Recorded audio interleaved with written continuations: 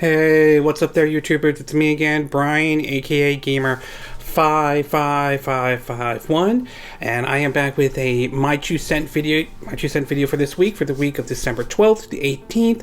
Apologize if I'm not sounding great or if my voice doesn't sound great, though. I'm fighting a cold and all, so unfortunately I got that before the holidays and all. So taking some medicine, you know, hopefully I'll feel better soon and all, but unfortunately if I sound different excuse me, or if I'm coughing a little bit more, that's one of the reasons I'm sort of fighting a cold at this point. Also, there won't be any video game review for this week, though. I'm hoping to get one done maybe, you know, after Christmas. I'm thinking about doing my thoughts on the Halo Infinite, the campaign side of it, though, but right now I won't have any video review for this week. Certain things have sort of come up, and also just sort of want to point that out, though.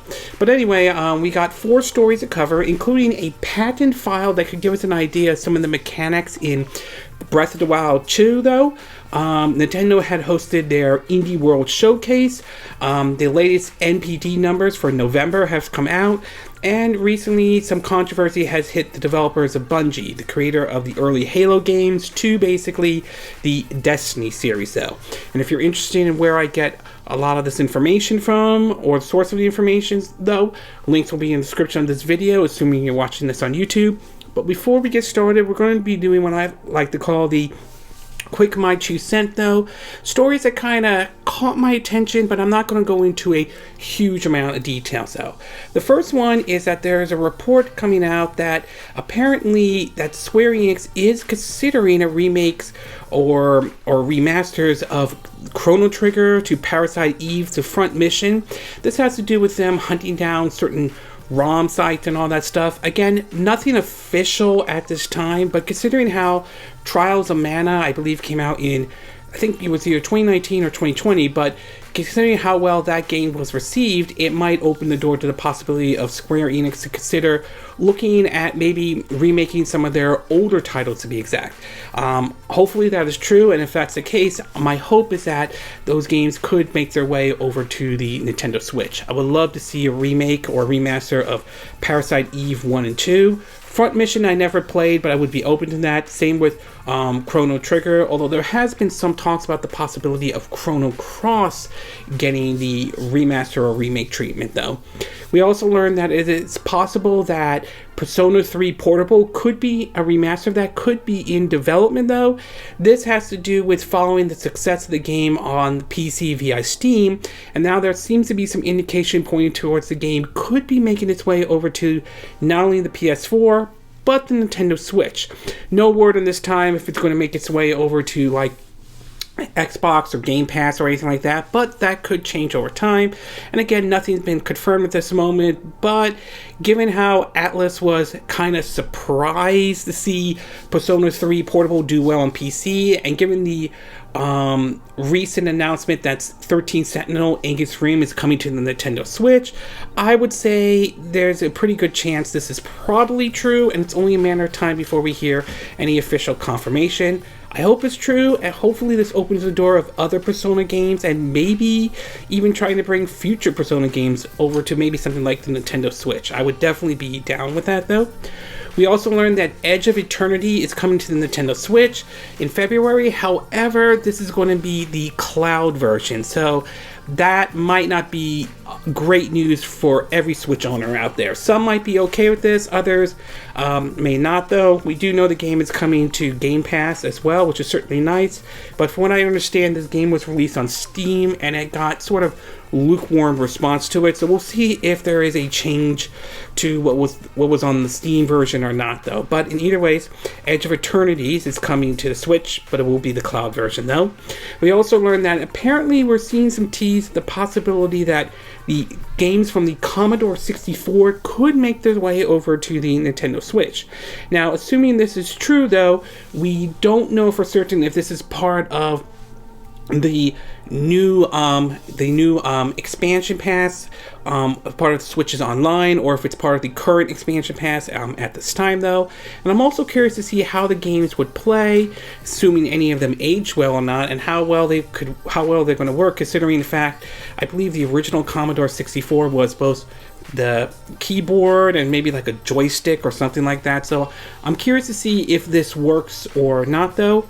We also learned that supposedly BOTW is still in development, and it was going to be revealed at the Game Awards, but was pulled. But many do believe that it will be coming soon, though. It would be interesting to see if they do. Excuse me. Sorry. If they do a BOTW, though. However, I am a little concerned about Rockstar, considering how they handle the GTA Definitive Edition. So we'll have to wait and see how this one plays out. So I'm approaching with caution on this one. As for whether or not it will make its way over to the Nintendo Switch, it's unclear at this time whether that will happen or not, though. So we'll have to wait and see, though. And while I would like the idea of the first Bully making its way over to the Nintendo Switch, or a remastered version of it, though, again, bringing up GTA Definitive Edition, though, I have my concerns about that after how Rockstar handled GTA Definitive Edition, though.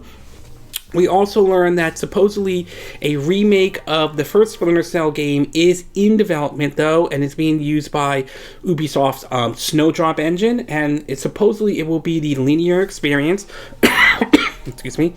Not an open world approach, which is great, but then again, this is Ubisoft we're talking about, and given their recent push for NFTs and some of the backlash they got when they announced that for, I think, one of their excuse me, Tom Clancy games that recently had them delist their video, I can see why some people are concerned about this remake, though. As for what excuse me. As for whether this game will make its way over to the Nintendo Switch or not, I would say I won't rule out the possibility, since we have seen some games that ran on the Snowdrop engine have made their way over to the Nintendo Switch, such as excuse me, Starling excuse me, sorry, Starling, Battle of Atlas, some of the Rabbit I'm sorry. I still find that cold. Some of the Mario plus Rabbids games, the first one, we know the second one being in development, has been developed on the Snowdrop engine, and same with South Park Fracture But Whole. So it's not out of the realm of possibility, though, but I'm leaning more towards it's unlikely. But hey, anything can happen. We've gotten impossible ports on the Nintendo Switch, so I can't say that this won't happen at all or anything like that. We also know that Sonic Colors has received new celebration items and updates on Switch and on all platforms, which is certainly nice. This game is getting a lot of updates, though, but still, this game should not ship in the position that it was when it originally launched, though, considering we're talking about a port of a game from the Wii, and they couldn't even handle this remaster in any way. And it still gives me some concerns about the upcoming Sonic Frontier, though. I mean, given Sonic's development history oh, excuse me, though. Alright, given some of Sonic's development history so far, I'm having my concerns about Sonic Frontier, so I'm taking a wait-and-see approach on this one, though. We also learned that a new Ghostbuster game is definitely going to happen, at least according to Ernie Hudson, though, which should be nice, but it's being developed by the same folks, at least from what we've been hearing, who handled the Friday the 13th game. And some people are kind of mixed on this announcement, though. Some think that's great, others are like, I'm not really sure about this, though. I mean, the last good Ghostbuster game was the 2009 Ghostbusters, the video game that was excuse me, remastered onto the PS4, Xbox One, PC, and Switch, though. So we'll have to wait and see if this one's true, and we'll have to wait and see how this one turns out. We also learned that Tencent has required the Turtle Rock Studios, the ones that worked on the Back 4 Blood game, which excuse me, excuse me, though, which certainly is, which, while that may sound great, it also some people might be concerned due to basically it's from Tencent, which is a Chinese company, and there are some worries about them on a lot of issues. So on one hand, this sounds great, but on the other hand, I can see why some people find this concerning, though. And last but certainly not least, though, we learned that Stalker.to has canceled NFTs that they were going to implement in the upcoming release of Stalker.to after backlash from a lot of fans. And I think this should be a clear indication why NFTs are not sitting very well with a lot of consumers, because a lot of people are viewing this as sort of like a money scheme and all that stuff. So great that the developers of Stalker.to did that, though. We'll see if other developers handle this or anything like that, though.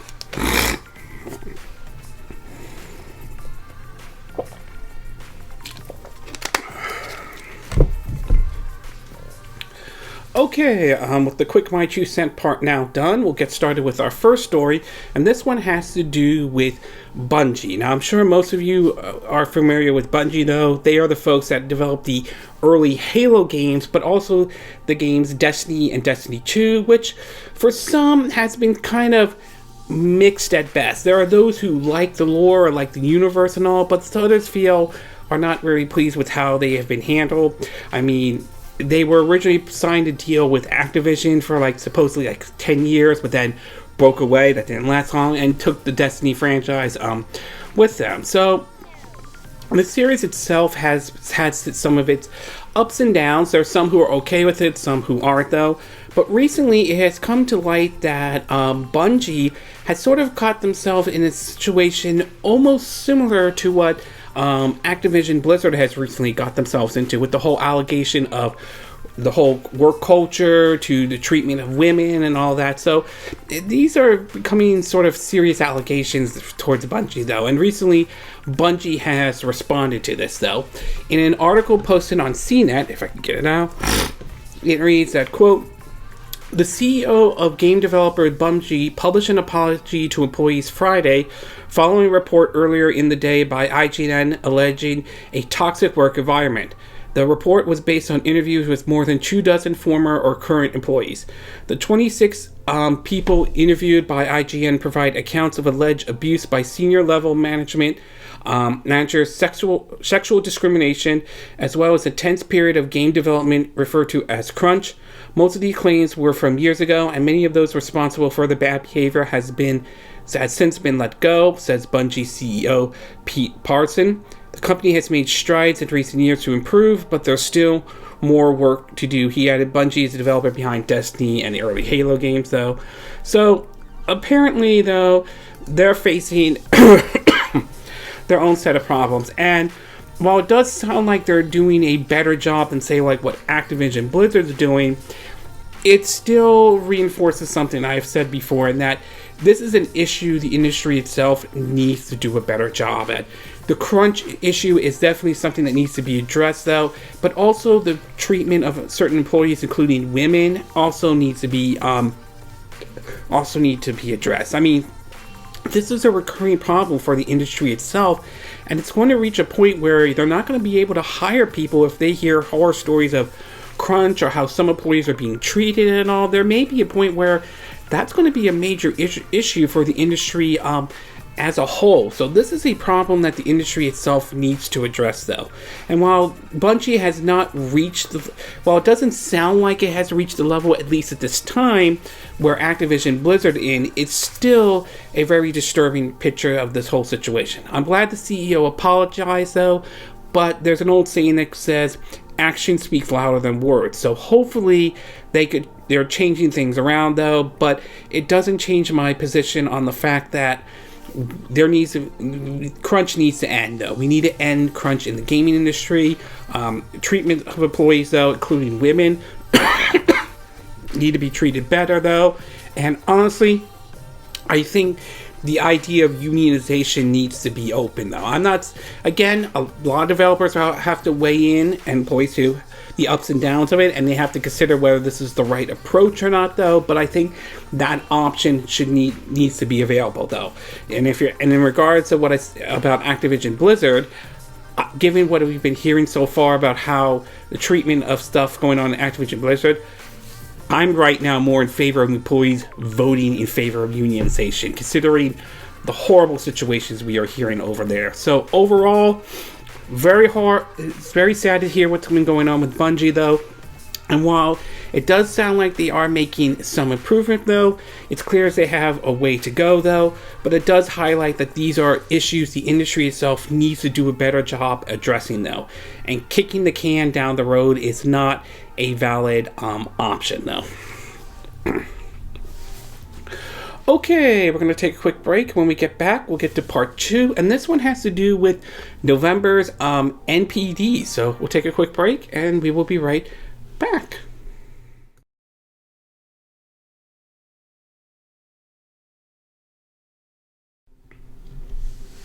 Okay, and we are back with part 2 of our My 2 Cent video for this week, though. Apologize if I was coughing a little bit and all that stuff. Excuse me. As I said, I'm fighting the cold. I'm trying to do the best I can, to make myself feel a bit better and all that stuff. So hopefully I'm hopeful next week I'll feel a lot better, though.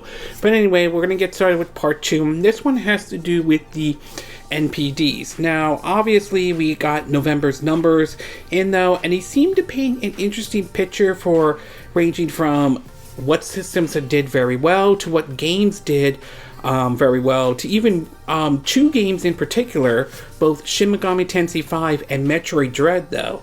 One of them being, some people are upset the game's dead, but that may not be the case, and the other one had the best opening so far, though. So anyway, in several articles, let me see if I can find them. According to VentureBeat, in terms of the top best selling games in the month of November for the U.S., Call of Duty Vanguard came in at number 1. Battlefield 2042 came in at number 2. Pokemon Brilliant Diamond and Shining Pearl at number 3. Forza Horizon 5 at number 4. Madden NFL 22 at number 5. Mario Party Superstar at number 6. Marvel's Guardians of the Galaxy at number 7. FIFA 22 at number 8. Far Cry 6 at number 9. NBA 2K22 at number 10. Just Dance 2022 at number 11. Mario Kart 8 at number 12. Marvel's Spider-Man Miles Morales at number 13. Animal Crossing New Horizon at number 14. Back 4 Blood at number 15. Shin Megami Tensei 5 at number 16. Minecraft at number 17. Legend of Zelda Breath of the Wild at number 18. Super Smash Bros. Ultimate at number 19. And Ghost of Tsushima at number 20. Over at basically the best-selling games so far 2021, we got Call of Duty Black Ops Cold War at number 1, Call of Duty Vanguard at number 2, Madden NFL 22 at number 3, MLB The Show 21 at number 4, Resident Evil Village at number 5, Battlefield 2042 at number 6, Super Mario 3D World at number 7, Pokemon Brilliant Diamond and Shining Pearl at number 8, Marvel's Spider-Man Miles Morales at number 9, and Far Cry 6 at number 10. In terms of the best-selling games for the last 12 months, we got Call of Duty Black Ops Cold War at number 1, Call of Duty Vanguard at number 2, Madden NFL 22 at number 3, Marvel's Spider-Man Miles Morales at number 4, Mario Kart 8 at number 5, Assassin's Creed Valhalla at number 6, Animal Crossing New Horizon at number 7, MLB The Show 21 at number 8, Resident Evil Village at number 9, and Battlefield 2042 at number 10. In terms of the best-selling Nintendo platform games for November, we have Pokemon Brilliant Diamond and Shining Pearl at number 1, Mario Party Superstar at number 2, Mario Kart 8 at number 3, Just Dance 2021 at number 4, Animal Crossing New Horizon at number 5, Shin Megami Tensei 5 at number 6, The Legend of Zelda Breath of the Wild at number 7, Super Smash Bros. Ultimate at number 8, New Super Mario Bros. At number 9, and Mario Kart Live Home Circuit at number 10. Over on the PlayStation side of things, we have Call of Duty Vanguard at number 1, Battlefield 2042 at number 2, Madden NFL 22 at number 3, Marvel's Guardians of the Galaxy at number 4, Marvel's Spider-Man Miles Morales at number 5, FIFA 22 at number 6, Far Cry 6 at number 7, NBA 2K22 at number 8, Ghost of Tsushima at number 9, and Bad for Blood at number 10.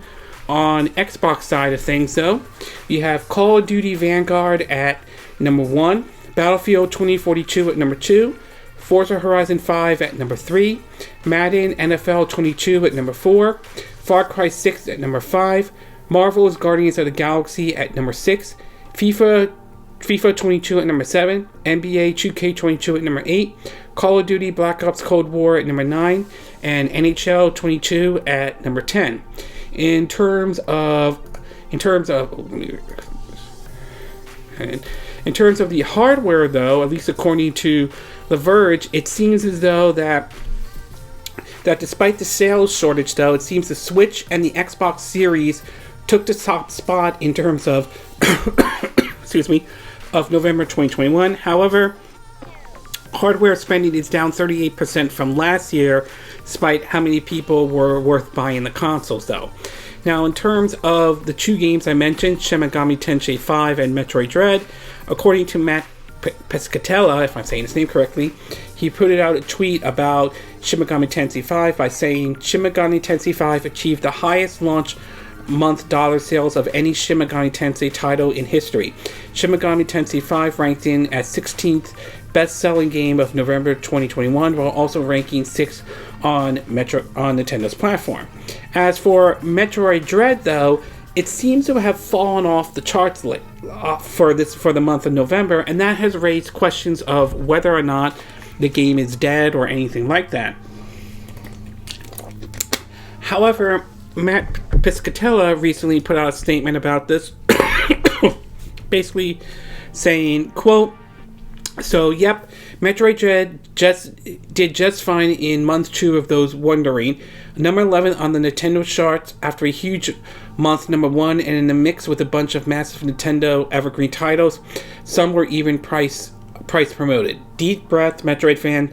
Dread is doing well. So, it doesn't seem to be that the game is flopped or anything like that. It's still doing well. It's just not high up on the charts or anything like that some Metroid fans were hoping for. Hopefully that game still does sell well enough that it basically can convince Nintendo to do another entry, although there has been some word about they sort of have an idea for what the next entry could be, but time will ultimately tell whether we see another entry or not. So my overall takeaway from this is that despite controversy surrounding Activision Blizzard and Battlefield 2042, both games seem to do very well. Forza Horizon 5 did very well in November, though. Even though it was on Game Pass, it still did well enough, though. Shin Megami Tensei 5 doing very well in November is certainly nice. Maybe that will convince Aulx to maybe support the Switch maybe even more. And Metroid Dread, despite getting in at number 11th on the NPD charts, though, it seems that the game is still doing fine. So, and of course, obviously, in terms of hardware, though, the Switch and the Xbox Series system seem to be doing well despite the chip shortage situation. So, it's going to be interesting to see how December plays out, especially with the release of Halo Infinite, particularly with the campaign. How well will those games, how well will Halo Infinite do once the NPD charts for December are released? So we'll have to wait and see on that when we finally see December's NPD charts. Okay, we're going to take a quick break. When we get back, we'll get to part 3, and this one has to do with Nintendo surprising us with their Indie World for December 2021. So we'll take a quick break, and we will be right back.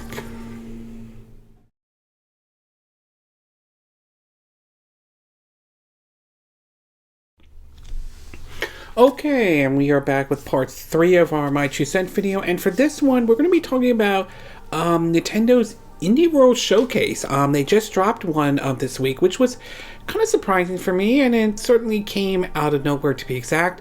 And they showed off several games, though, that I personally thought caught my attention. And while it may not be the announcement that some people were hoping for, like more info on Teenage Mutant Ninja Turtles Shredder's Revenge, or Silk Song, or Hollow Knight Silk Song, to be exact, excuse me, I think some people are still waiting for that announcement though. What they showed was not that bad either, and there are some that kind of caught my attention though. So in terms of what was shown off though, they had Seas of Stars, ALIISHA, The Oblivion of Twin Goddess, Locomotive, Afterlove EP, Dungeon Munchies, Fragment True, Creed Valley, Let's Play, Oink Games, Ending, Extinction is Forever, Oli Oli World, River City Girls 2, Parkosaurus, Don't Starve Together, CHICORY, A Colorful Tale, Baby Storm, Grim, or Grime, GRIME, Granada, A Flame in Winter, Timeline, Behind the Frames, The Finest Sorcery, and OMORA. In terms of what games that kind of caught my attention the most, though, I would say if I had to pick ones that that caught my attention, I would say the number one game for me has to be Seas of Stars, since this is made by the same developers of The Messenger and it acts as a prequel, though. So that one definitely caught my attention the most. That one is high up on my list though, so I'm looking forward to that one. I'm curious to see if Devolver.to will publish Seas of Stars or not, but we'll have to wait to see.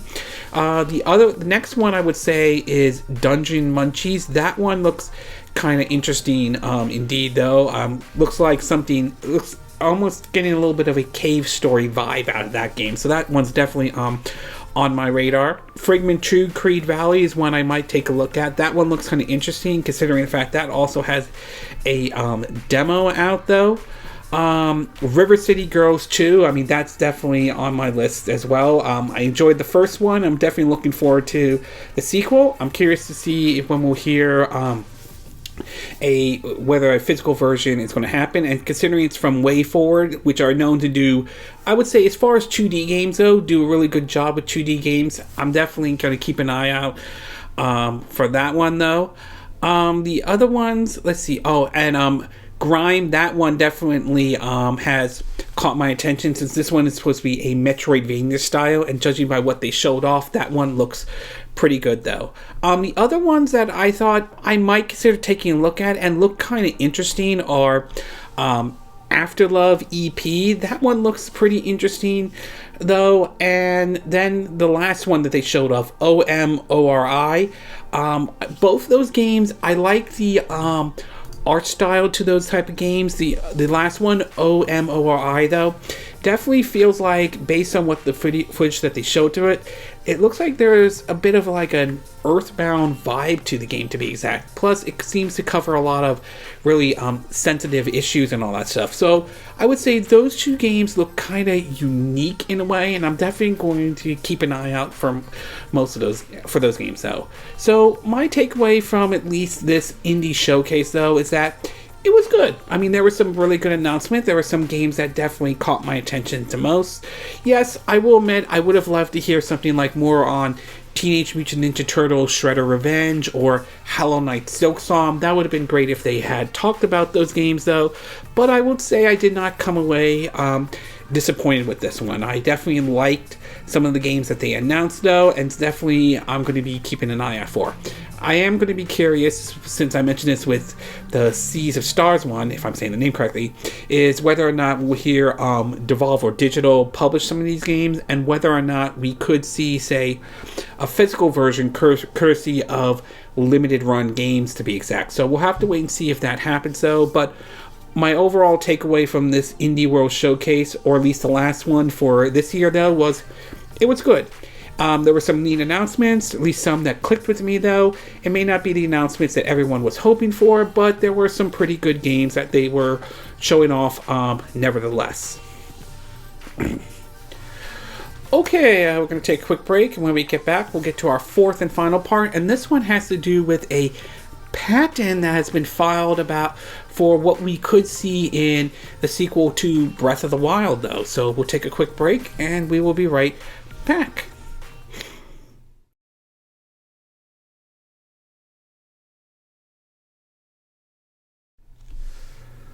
Okay, and we are back with our fourth and final part of our My2 video, and for this one, we're going to be taking a look at what apparently seems to be several patents filed for the upcoming Breath of the Wild 2, or the sequel to The Legend of Zelda Breath of the Wild. Now, Breath of the Wild obviously was the launch title for the Nintendo Switch back in 2017, and it's still, in my view, I consider it as the second best Zelda game, with Majora's Mask being my personal favorite of all time.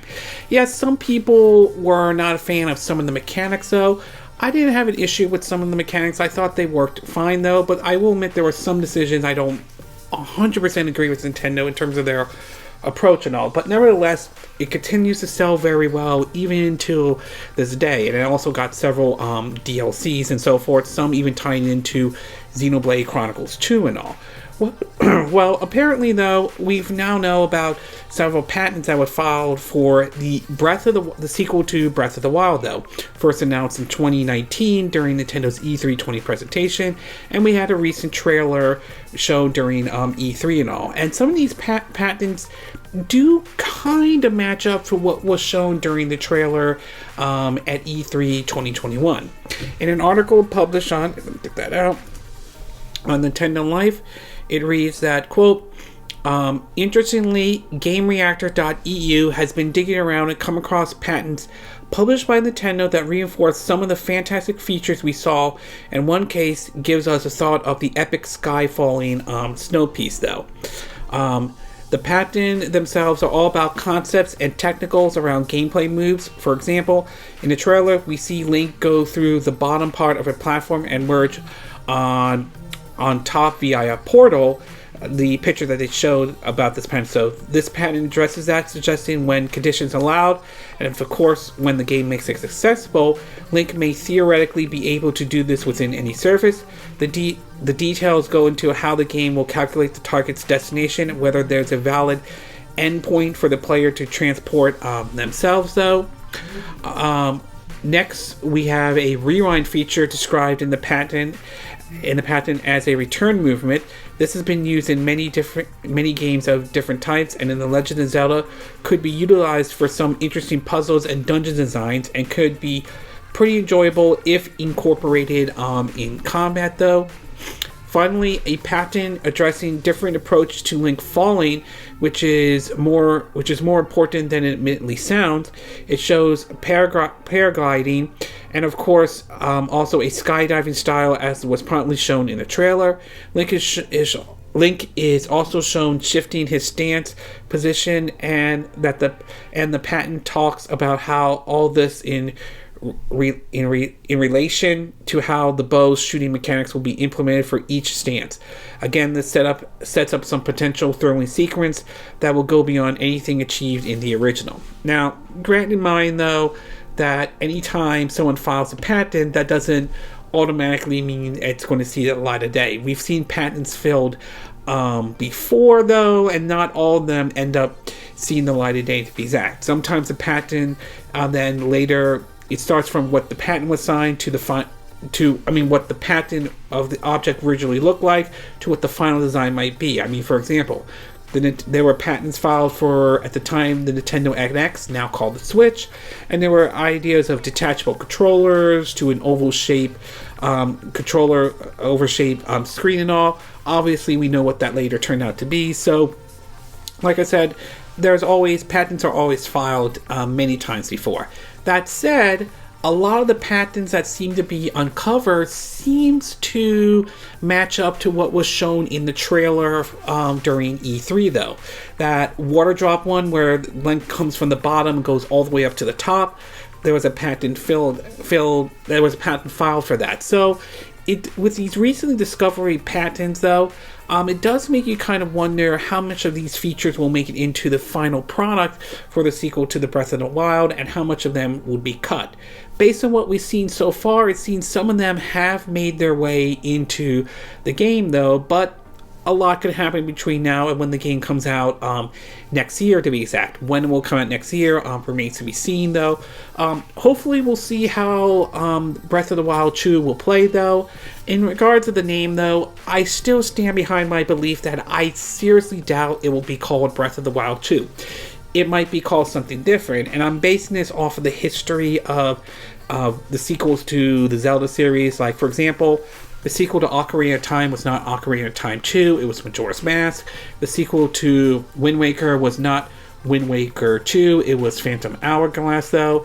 So my guess is that the sequel to Breath of the Wild is going to be called something different. I don't think it's going to be called Breath of the Wild 2.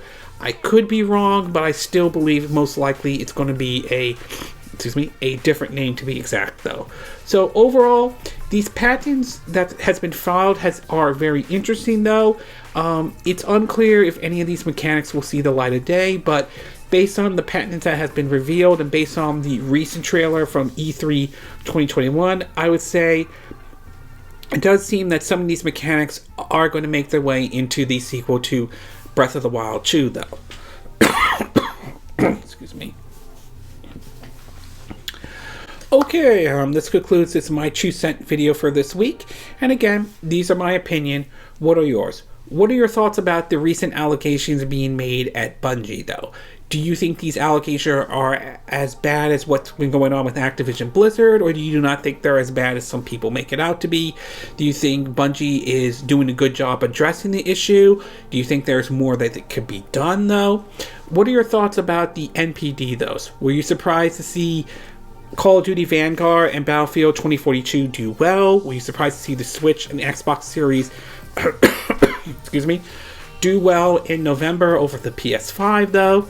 Were you surprised to see Shin Megami Tensei 5 do very well and all? What are your thoughts about Nintendo's Indie World? Did you watch the Indie World showcase, though? Did you like the showcase? Did you not like the showcase?